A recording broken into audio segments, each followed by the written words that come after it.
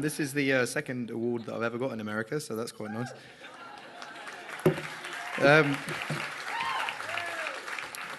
I didn't actually know I was getting an award tonight because I didn't expect one. I was coming here to support the cause. I got an email from Emily about 3 months ago telling me about the thing, and I said, of course I'll turn up. So turning up today and saying you're getting an award is pretty wild, but yeah. I was a very, very, very weird child. Very weird child. And I had a port wine stained birthmark on my face that I got lasered off when I was very young, and one day they forgot to put the anaesthetic on, and then ever since then I had a stutter, and I also had very, very big blue NHS glasses. NHS is the National Health Service. One day I hope you'll have the same. Just saying. And I lacked an eardrum on one side of my face, so to one side of my ear. Stuttering was actually the least of my problems when I went to school. But it was still quite a difficult thing, and the thing that I found most difficult about it was knowing what to say but not really being able to express it in the right way.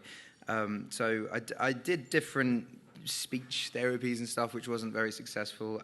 I had homeopathy, which is like herbs and shit where you're drinking a drink and it's all right. But I got heavily into music at a young age and got very, very into rap music.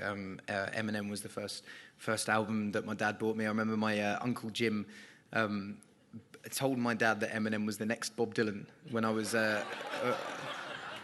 say what you want. It's pretty similar, but it's all storytelling. So my dad bought me the Marshall Mathers LP when I was 9 years old, not knowing what was on it, and let me listen to it. And I learned every word of it back to front by the age I was 10, and he raps very fast and very melodically and very percussively, and it helped me get rid of the stutter. And then from there, I just kind of carried on, did some music, and now I'm here. But it's I think the one thing I wanted to convey in my speech today for not so much the adults here, because I feel like the adults are fine. You're all sorted. Everyone here's got a lot of money and everyone's chilling.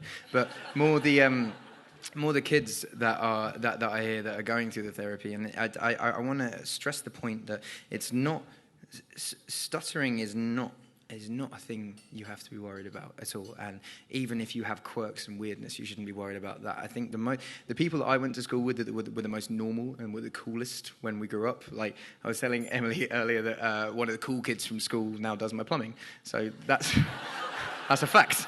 That's a fact. So being sorry.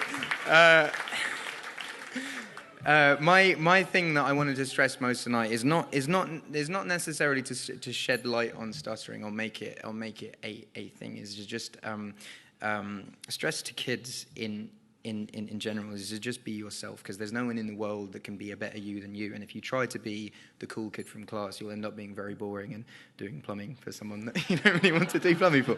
It's just be yourself, embrace your quirks. Being weird is a wonderful thing. And it has led for so many creative people, and not even just creative people. Like you own a fucking football team now. That's pretty cool. But I think I'm not very good at speeches. I don't do a lot of speeches, but I think the one thing I want to say is be yourself, embrace your quirks, embrace your weirdness, and from a stuttering point of view, don't treat it as an issue.